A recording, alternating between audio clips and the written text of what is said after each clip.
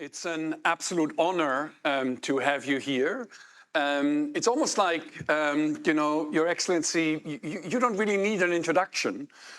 You're such a well-known scholar on Japan relations, a very distinguished career in academia, also on the board of several foundations, and then the chancellor of the Korea National Diplomatic Academy before coming to Tokyo here in, when was it, August? Last August. Last August, right? Ever since then, the weather has obviously improved tremendously. So, Ambassador, without further ado, the floor is yours. Thank you, Jesper. I'm very honored and pleased to come here. Thank you for the invitation. Whenever I get into this building, I think that I should get entry permit from James. I came here without your permission. And Takako, my Columbia buddy, seduced me to this the wonderful breakfast meeting. I think it's ambassador circle, but it's like an ambassador is encircled by all the distinguished guests. So I'm supposed to talk about Korea-Japan relations today. 15 minutes. I have the 7. As you know, Korea-Japan relations at the moment is very good. One of the best times over the few decades, and I think you know that this is the 60th anniversary of Korea-Japan diplomatic normalization. We're going to have a big reception in June to celebrate the 60th anniversary. And if I look back, the 60 years of Korea-Japan relations, it developed like a kind of a hop, step, jump style. Of course, we have the up and down at all times. I don't think it's a smooth progress toward the better relationship, but even though there was up and down, there was a kind of big, the up step several times. Of course, 60 years ago, when we normalized the relationship, President Park Chung-hee took the courage to normalize the relationship after more than 13 years of the tough negotiation between the two countries. That was the hope stage.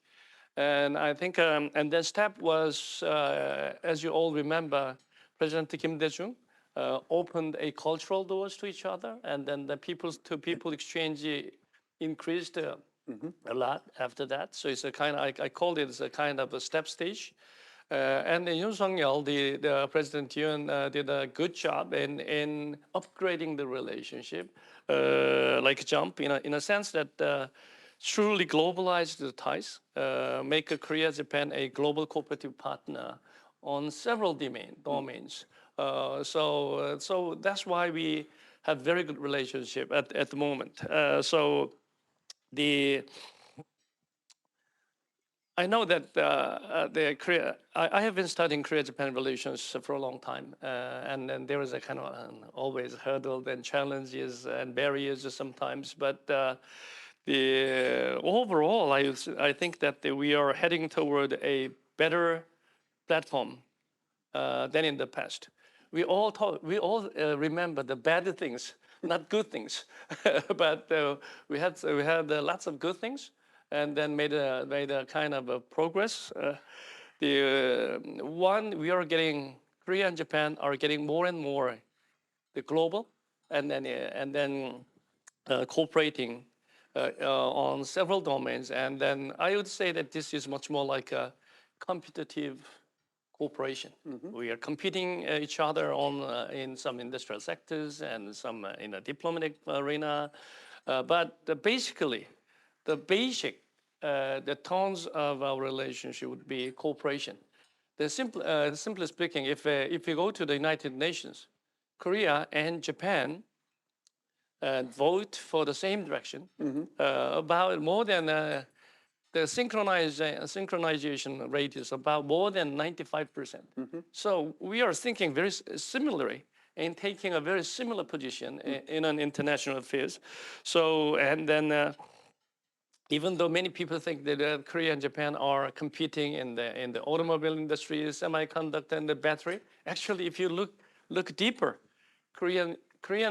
the industry, the businessmen and the Japanese businessmen are cooperating a lot in terms of the parts, materials, and machines. And without that cooperation, this is not working neatly. So we shouldn't forget that this is really a cooperative agenda and jointly moving toward the global market together. And then many will say, really? But basically, I would say that Korea and Japan is increasingly moving toward the future-oriented the cooperation and much more strategic cooperation, because we are facing a very similar the geostrategic and geoeconomic situation. The Korea and Japan are not the nuclear power, and we have alliance relationship with the United States. And we have a very cooperative ties with the European Union and Southeast Asia and other countries. We have no natural resources. We have no the primary materials, oil. So in terms of conducting our business, actually, basically, Korea and Japan are in a similar situation, including when in coping with all these tariff issues. Basically, almost the same. And then you find much more cultural interface between Korea and Japan these days. I meet so many people, Japanese elites included. They're enjoying Korean drama, Korean pop music. I just presented a Korean cosmetics to Japanese politicians. They say, you know what, my life loves it. So, and they went out sometimes, of course, they go to Italian, French, Chinese restaurants, but many go to Korean restaurants. So that's a very good thing. And then it's not just a kind of a business among the Japanese elites. The ordinary people in Japan are enjoying Korea. And then lots of Korean youngsters enjoy Japanese culture at the same time. And people-to-people exchanges is superb in a sense that the last year only, the 12 million people come and go between the two countries. Only this year, from January to March, 2.5 million Koreans came to Japan for tourists, as a tourist. I think only this year, if this trend goes on, I think 10 million Koreans will visit Japan. This is amazing phenomena. So if you just focus on some diplomatic troubles, or sometimes all Korea-Japan relations are in trouble. But if you look at the other way around, the Korea-Japan relations are going very, very well. So we don't have to be that much pessimistic about what's going on. So at the moment, if you just locate Korea-Japan in a much more strategic setting, I think Korea and Japan can do together in a multiple domains.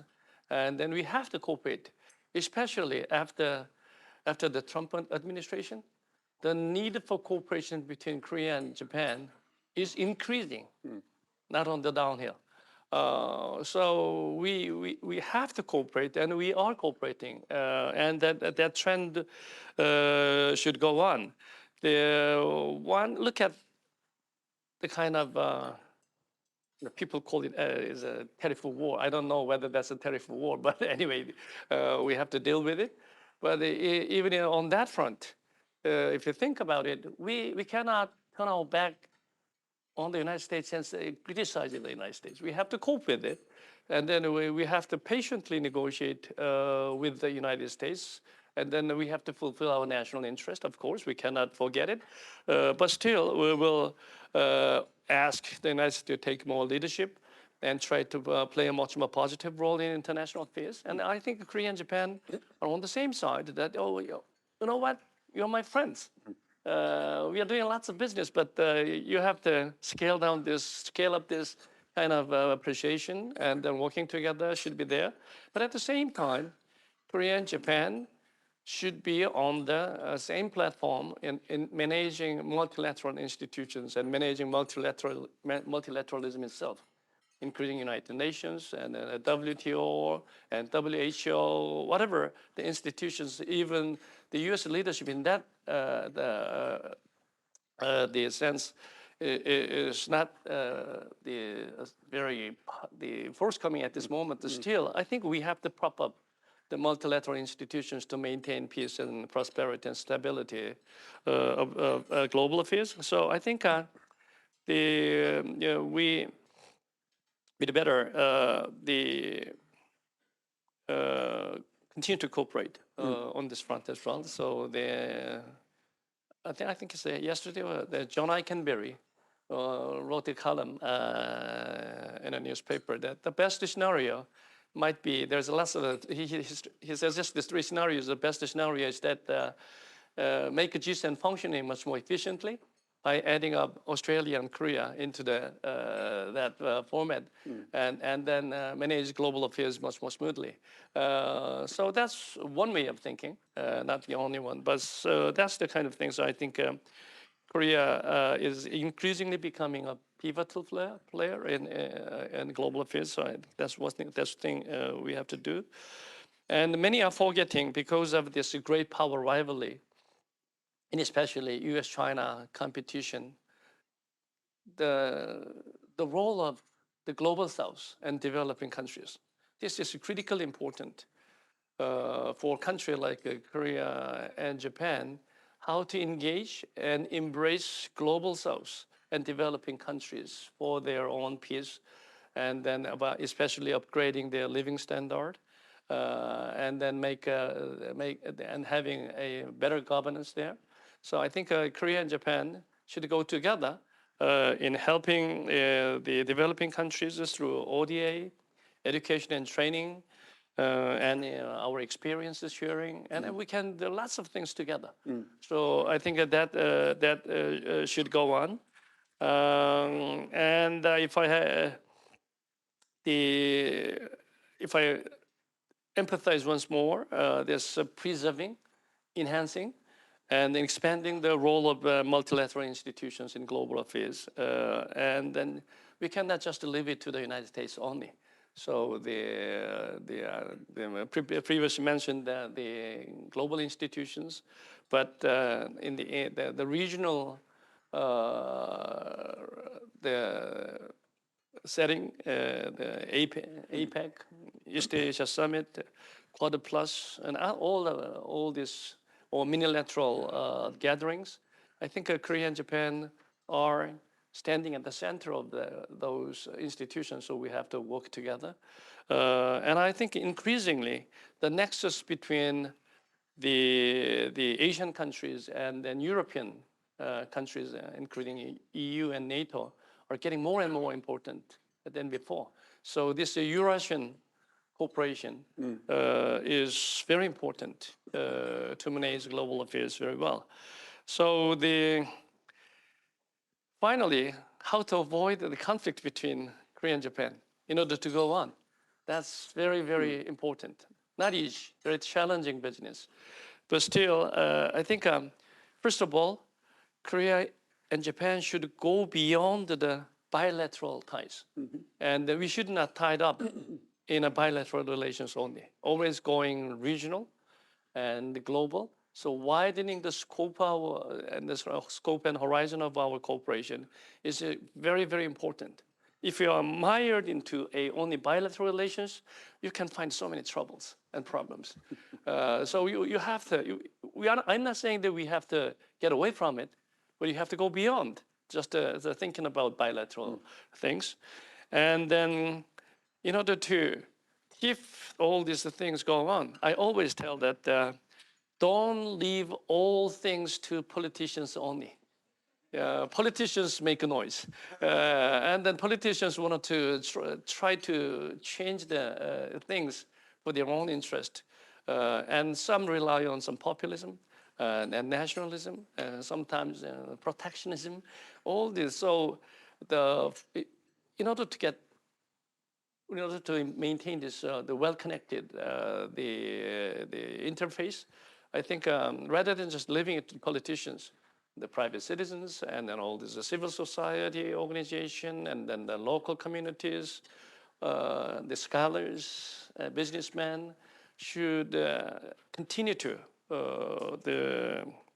work with the other counterpart at all times, and how to go beyond the past history issue. This is a kind of a big challenge, but for the last 3 years, we saw it. We can manage it. So actually, how to manage it? Don't look at the past issue only. Okay, past history is there. So we have to very modestly and humbly face it. But at the same time, we should not be preoccupied with the past history only and then make progress in other future-oriented cooperative agendas. Don't link the two. Okay, history is a history issue, and other issues are other issues. So the avoiding the kind of a close linkage between the two is very important. And then if there's any conflict come up, try to minimize it rather than galvanize the whole public. So okay, even when I'm here less than a year, but still I know some troubles, but try to manage it and then try to minimize it. Yeah, we can talk to each other. No, that's not in our interest. So we'd better deal with it much more with a sense of the crisis sometimes. No, we shouldn't go beyond this line. We have to manage it. So that's working. So it's doable. So I think we have to do it. So even though we may have another challenges in coming years, I think we can do it. So we should not fall into the trap of pessimism and despair. When you talk about Korea-Japan relations, we better have much more hope. And then we have to believe in the progress of the relationship between the two. I always say that I have a hope, and then the future of the Korea-Japan relations is much more the optimistic, cautiously optimistic. Why? I look at the younger generation in their 20s and 30s. Wow, very different from the older generation. They treat each other as an equal partner, and they accept the cultures of other countries without any sense of resistance. And they truly enjoy talking to each other, travel to each country. So I think that this trend will go on. They don't want it to be treated as object of the Korea-Japan relations. They want it to be a subjective. I want it to be the main the driver of the Korea-Japan relations, and that's why you can find so many Koreans walking on the street. Wherever I go, I hear Koreans. Korean language are prevalent in Tokyo, Osaka, Hokkaido, wherever. So I just close my remarks with a much more positive note.